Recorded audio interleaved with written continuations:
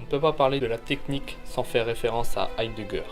Il y a une citation particulièrement intéressante. Tout cela fonctionne. Tout cela est bien inquiétant.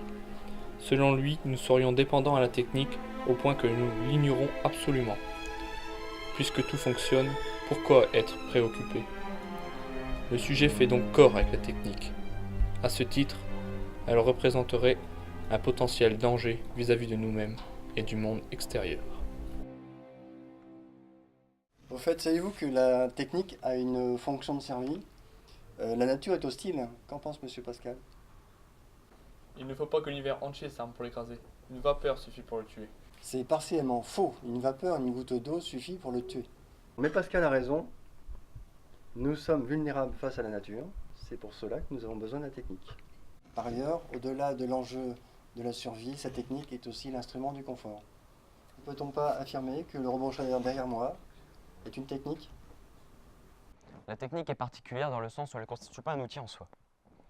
En outre, rien ne peut permettre de renoncer au progrès technique. Aucun exemple dans l'histoire ne peut permettre d'affirmer le contraire. Dans le cadre de la technique présentée, rien n'aurait été possible sans certaines techniques fondamentales, telles que la mise en place d'éléments roulants afin de garantir les différents mouvements possibles et la maîtrise des énergies pneumatiques et électriques. La loi qui gouverne le progrès technique est connue sous le nom de loi de Galop. Personne ne pourra dire que le tournevis est une technique en son sens global. Le tournevis est et restera un tournevis. Qu'est-ce qui se passe? Mais non, Florian, ce n'est pas le marteau qu'il te faut. Il n'est pas adapté à une vis. Essaye plutôt le tournevis.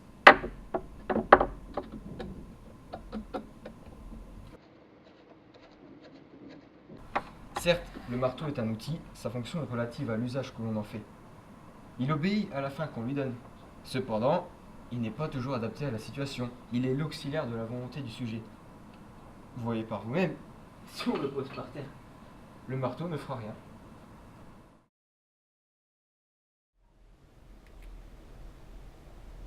Alors, tentons de vérifier qu'il fonctionne.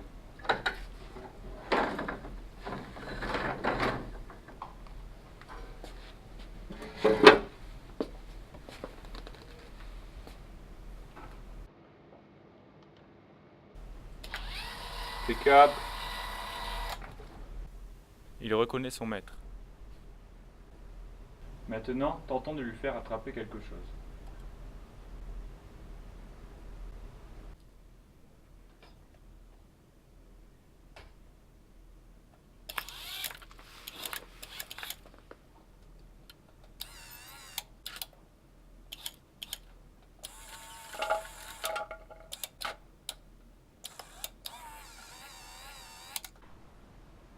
J'ai cru à un moment qu'il tentait de transgresser les ordres, comme si la technique se gouvernait elle-même. Elle prend les décisions.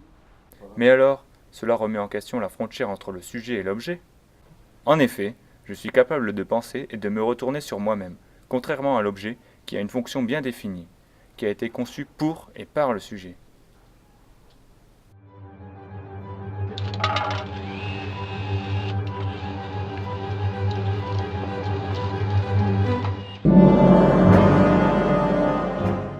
Heidegger, au XXe siècle, avait déjà prédit la menace sur l'homme et la nature. La cybernétique de nos jours va dans ce sens, même si nous ne voyons qu'en la technique une alternative au travail et un moyen de profiter davantage de notre existence. L'être humain devient donc remplaçable, substituable par un quelconque objet. Le problème est que la technique n'a cessé de progresser depuis, et notamment durant le siècle des sciences qu'est le XXe siècle. À cause de cela, une menace supplémentaire pèse sur nous, car depuis Hiroshima, l'humanité est mortelle. En effet, cette menace a unifié l'espace et le temps. À vrai dire, nous sommes susceptibles de disparaître d'une seconde à une autre, quel que soit l'endroit de la planète. C'est pourquoi on parle de possibilité d'un suicide collectif intégral. Aujourd'hui, le web joue un rôle similaire, puisque chaque individu est pareil devant son ordinateur, d'où l'expression de standardisation numérique. Il a effacé les frontières et déracine les individus. Faudrait-il alors se résoudre à la laisser tomber, à revenir en arrière dans le temps? Que deviendra-t-il du monde que nous connaissons? Comment vivrons-nous? La technique semble être devenue aussi nécessaire qu'irréversible.